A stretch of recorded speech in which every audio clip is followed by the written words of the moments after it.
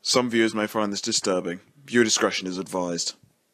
I'm just gonna come out and say it. This is the worst episode of the entire show. Family Guy's worst episode. It's worse than Seahorse Seashell Party, it's worse than Fresh Air, it's even worse than Life of Brian. Speaking of that episode, I thought that it was just another ratings trap. But between this particular episode and another episode that I'm eventually going to review, Brian's a Bad Father, I can see that this is something a little bit more insidious. It's called Leverage, and it is one of the most underhanded, diabolical writing techniques that I've ever seen. Phase 1 is to kill off a character and let the audience know that you can and will do it, because he's nothing more than a pawn in their sick little game. It also lets them see how much love and care there is for that character. Phase 2 is to bring them back because you're not competent enough to handle change, and you're afraid of bringing your show to new heights. And people will love you for this because you brought back their favorite character. Phase 3 is to rip the character from his original personality and let him do whatever the hell you want him to do. Here's what I mean. You can't get upset at Brian for taking blatant advantage of his kid, because he could be gone at a moment's notice. You can't get mad at Brian for screwing Quagmire over in Realty. We're willing to let Brian get murdered by Quagmire. You can't get mad at Brian for giving a baby an STD, or we'll just kill him off again. I know that that sounds like a stretch, but if the Life of Brian fiasco taught me anything, it's that yes, Family Guy is willing to do any dirty, underhanded tactic to gain controversy, to gain views. The fans don't care. Fox doesn't give a shit. The FCC can't do shit. They can do whatever the fuck they want, and they'll never get canceled. But I'm still reluctant to review a lot of these Family Guy episodes, even if I don't have to worry about copyright shit. I mean, bad Family Guy is beyond piss poor writing. I mean, SpongeBob, the bad episodes are what? A character being tormented for no reason? Stupid writing? Yeah, a lot of bad Family Guy episodes are bad on those merits. I mean, Life of Brian and Seahorse Seashell Party were easy. I personally went through those kind of things. But episodes like Not All Dogs Go to Heaven, Screams in Silence, and Quagmire's Dad, they're pretty much the equivalent of a guy thinking that he knows everything on harsh real-world topics because he spent 2 minutes on Wikipedia after a troll edited the page. When you write stories that deal with these issues, you can't afford to get any details wrong. I don't care if it's a comedy. If you're in a world of zany wackiness, then as the saying goes, why so serious? Do you guys really think that they're spouting off any of these bullshit morals to be funny? No,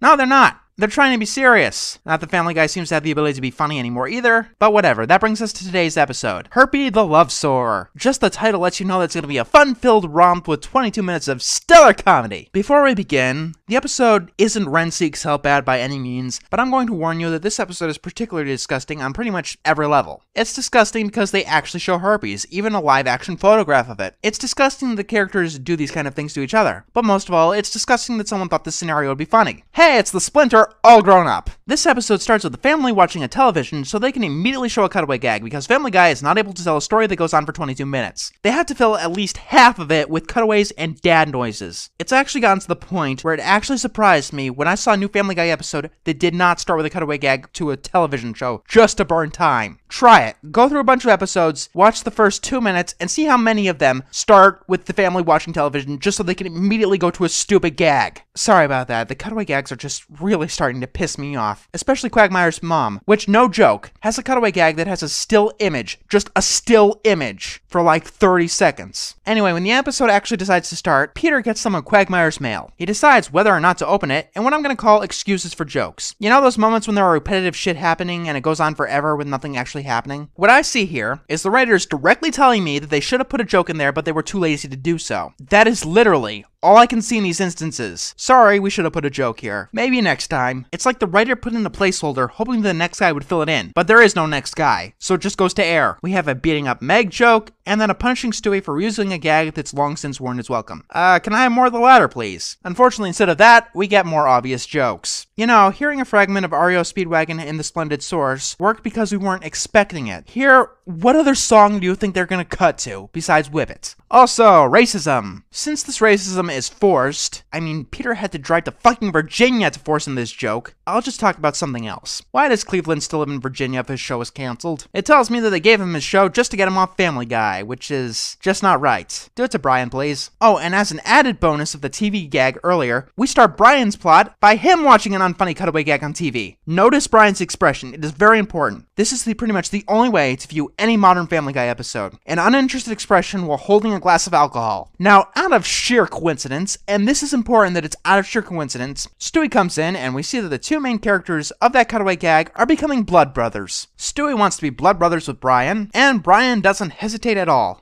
I really feel the bond, Brian. I feel like we're closer now. More connected, more intertwined. Oh, wait to see what the show has in store for you two. So yeah, that's gonna be a thing. I don't like to judge things before they come out, but I'm pretty sure I'll have to talk about that one in the future. We cut back to Peter's plot for no reason, and that's when this one starts turning bad. They decide to forget about the whip completely, and the group finds that their favorite seats at the bar are all taken. They talk to these guys, and then they try to fight. Stupidly. Also, I want to show you how rude and generally unpleasant these gentlemen are, because if you thought that the plot where Brian gives Stewie herpes was the only bad plot of this episode, you'd be wrong. We get two bad plots for the price of one. Although, with the herpes one, you could probably cash it in for like 10 or 20. Speaking of which, Stewie wakes up with herpes.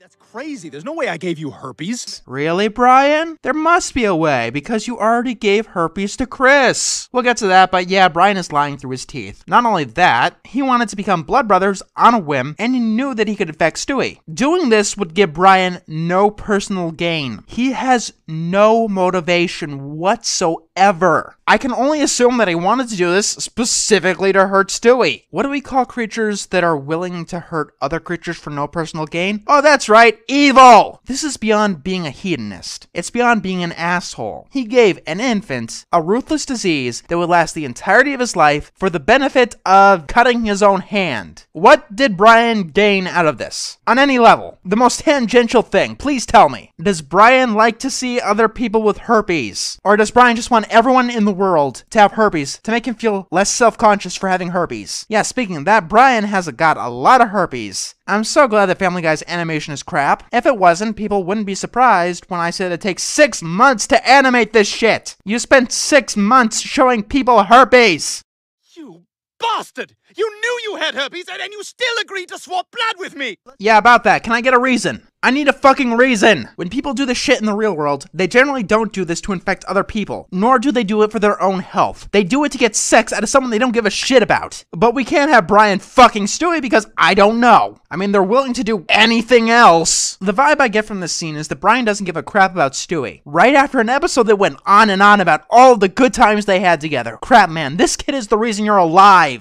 Relax, it's not that big a deal. Not that big a deal? It's a disgusting, unsightly, unsavory disease and it lasts for life! Yeah, but, isn't the worst thing about herpes just the stigma? How about the worst thing being that you fucked up someone's life? You think that that might be one of those little things? Normally, giving a baby herpes, this is the kind of shit that's reserved for your cutaways for a reason. Number 1, they don't make sense logically. Number 2, they don't need to be set up. And number 3, they can be forgotten about right after. Yes, ladies and gentlemen, Family Guy has sunken so low that they are now making plots out of cutaway gags. I mean, like what if it wasn't called herpes? Like what if it was called Boppo? Huh? Oh, I got a little Boppo. Oh, that's cute. Ah, I want Boppo. My uncle was in the army and he got genital Boppo from a Saigon whore. Yeah, that totally fixed your fuck up. He's not trying to cheer up Stewie, by the way. He's trying to cover his own herpes-encrusted ass. You should be ashamed of yourself. He isn't, he never was, and he never will be. Also, cutaway gag where everyone has herpes because, okay, I think the writers are under the impression that having an STD is funny. Like, how do you even come up with this plot? No, seriously, you'd get better ideas out of random word generators. I mean, STDs, they're not funny. I don't think I need to mention that, but apparently I do. All they really are It's a disgusting, unsightly, unsavory disease and it lasts for life! Oh my god, I just realized it. I've cracked the code. After pissing people off for half a decade, Family Guy decided to start begging for death, making episodes like Fresh Air, Herpe the Love Story, and God knows what else they're gonna make. Unfortunately, Family Guy is trapped in a torrential purgatory, where no matter how hard they beg for death, death won't come. And the more they beg for death, the more people turn against it, the more they hate it, and the more Family Guy desires for death. I'd say it's time to grant Family Guy some mercy, but I guess it's not my call, now is it? Anyway, back to Peter's plot, which is more structured, but not funny in any kind of way. I can see are the spider veins of alcoholics wearing shorts. Ah, yes, because that was comedy gold when used in Fresh Air a couple of episodes ago. Your viewers aren't stupid. They do not have the memory of a goldfish. They're smarter than that. They remember what you did, and they didn't laugh the first time. As you can tell, the guys are bummed that those other guys stole their seats. And then they do what they always do when they're down in the dumps, or sad, or happy, or fucking breathing. Yeah, you know why Family Guy can't do serious stories? It's because the cutaways keep breaking up the pace. The formula of the show actively prevents the show from tackling any subject in a serious way, even less major topics. They cannot do anything seriously because when you start getting invested in the drama, boom, we gotta show you something stupid that has nothing to do with anything! As bad as the episode Brian and Stewie was, the writers were smart enough to drop the fucking cutaway jokes! At daycare, Stewie's preschool teacher notices that he has herpes. It goes to a cutaway, and then we're back to the other plot. Glenn Quagmire is seen as a coward by his peers. I'll do what he tells me to do.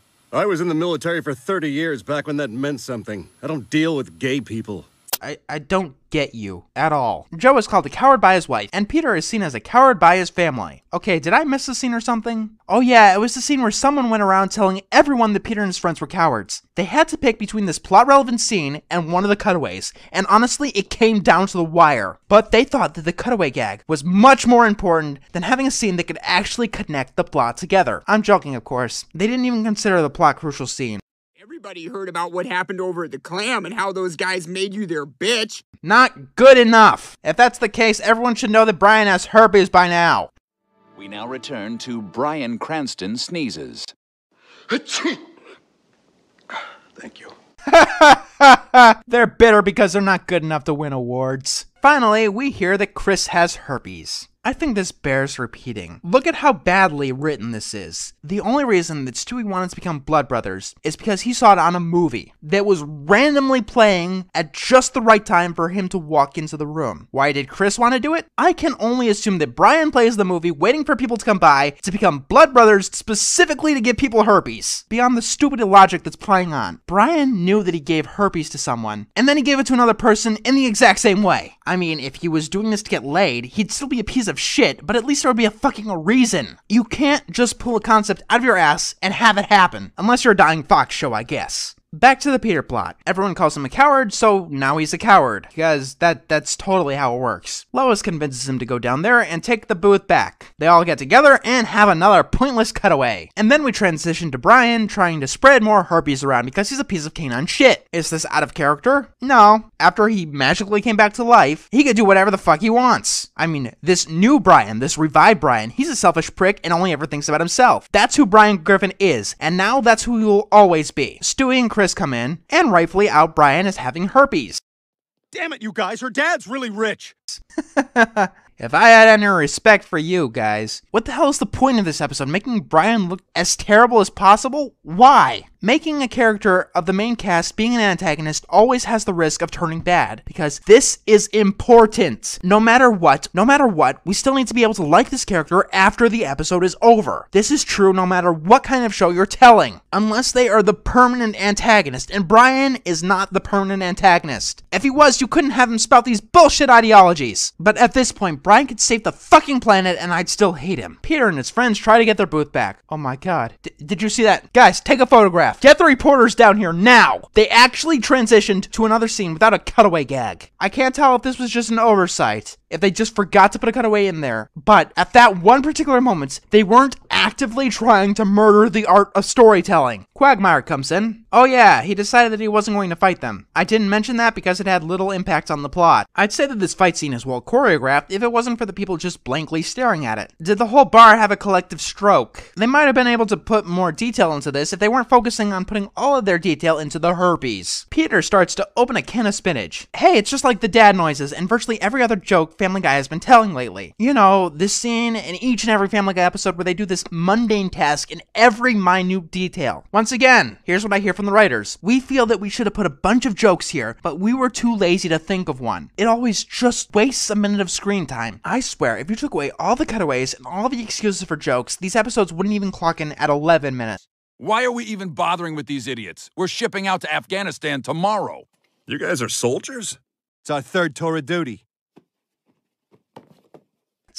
And here it comes. Remember when I said that Family Guy likes to fuck up the most serious of topics? These guys who have been assholes throughout the whole episode get appraisal by everyone. They get a holiday declared for them by the mayor. And Peter and his friends are berated for fighting them all because they're soldiers. Just because they're soldiers. That is literally the only reason they get all this stuff. Why am I willing to tackle this and not something else? Well, for once, Family Guy has tackled an issue so poorly, so tactless, so disrespectful, that almost anything I say about it won't be misconstrued. Let's start out with the obvious. It's not funny. Not in the slightest. Nothing about this episode is funny. Nothing about any of the Family Guy episodes that I've reviewed are funny. That's always tossed my way whenever I try to cut through the bullshit here, but it's not funny. And satire is supposed to be funny. This was supposed to be satirical. I mean, that's what Family Guy is supposed to do, right? I mean, every time they tackle a serious issue and screw it up, it's satire, right? Just wait until I get to Screams of Silence. No, really. They've handed me the guillotine to this excuse on a silver platter with that particular episode. If Fresh Hair is meant to be funny, Screams of Silence is meant to be funny. If Seahorse Seashell Party is meant to be funny, Screams of Silence is meant to be funny. If this is meant to be funny, Screams of Silence is meant to be funny. But let's talk about the satire here. It's some of the most misdirected I've ever seen. What they're trying to satirize, I think, is the soldiers who do horrendous things and get away with it. Do you think that anyone condones their actions? On the base, at home, whatever. When people hear of soldiers going psycho, they're condemned beyond all belief. Even the biggest supporters of the military condemn them beyond all belief. If anything, because assholes like this make the military look bad. People who try to be assholes and use being in the military to get away with being assholes are still assholes. People will think that they're assholes. That doesn't change because they're in the military. It doesn't. You see, satire is hard because you need to completely and correctly understand an issue before you make fun of it. Family Guy doesn't. It's really tough to be funny with subjects like this. I'll admit it. But that's why you have to try your damnedest! When people celebrate the military, they're not celebrating assholes. And they're definitely not celebrating soldiers for the pure fact that they're soldiers. They're celebrating them because they risk their lives to protect our freedoms. Not because they're getting involved in bar fights. And no, at home, people don't look the other way when they do shit like this. I know I'm going on a bit here, but that's the main problem with Family Guy as a whole. It does not want to understand any of the issues that it wants to talk about. It takes time, effort, and research! Something that Family Guy doesn't want to spend time on doing. Oh, and this is just a nitpick, but Joe's a fucking police officer. I'm sure that someone broke a law somewhere. Let's just get back to the other plot. The live-action picture of herpes will disgust me less. Yeah, Stewie and Chris hacked into Brian's Facebook. Damn it, Stewie, why are you being so vindictive? I don't know, Brian, you pretend to be intelligent. Try to fucking think! Chris steals Brian's car, but Stewie isn't so easy to impress. Because, Brian, for the first time in my life, I realized I couldn't trust you. I couldn't trust my own best friend. First time? The fuck? I'm sorry, Stewie. You're right. I let you down. Oh, that is really sad. I am so sorry that you missed Stewie's Little League game after you promised to be there. Now can we talk about the fact that you gave a baby herpes? I guess I was just too embarrassed to admit I had herpes. Because that makes it okay. It was a rotten thing to do, and I promise I will never lie to you again. Don't lie. That's the moral that they were going for here. The two morals of this episode are soldiers could do whatever the fuck they want and they'll be celebrated for it, and you shouldn't lie. It has become painfully obvious to me that bringing Brian Griffin back was a mistake in every sense of the word. This character is unsalvageable. Not only is there nothing likable about him, he's not even trying to defend what he was doing. SpongeBob, you can't always expect my usual brand of stupidity. I like to mix it up. Keep you on your toes. At least he knows that what the fuck he was doing is a bit out of the ordinary. Brian is treating giving Stewie herpes like he accidentally bumped into him at a store or something. Maybe I could accept this on some bizarre level if Brian was supposed to be an idiot, like brain dead, like a zombie. But he's supposed to be an intellectual character. Okay, Stewie, you're a genius. I know you're a genius. Do you actually realize what just happened? He gave you an incurable disease, one that you'll never be over for the rest of your life. This is until the point where you die, where you do not exist anymore, where everything you've done in life no longer matters. Brian is not sorry that he did this, or at the very least, is more sorry that he lied to you when the lie was impossible to keep. You must be in some serious fucking denial. You two realize that bringing Brian back was a mistake and you just don't want to admit it. And we end on a gross out gag. I'm done here. I am just so disgusted with this episode. Yeah, give Brian another chance at life. Let's see what the fuck he does with it. And I'm not done with what has happened to this character either. There are at least 2 more episodes where he's horrible.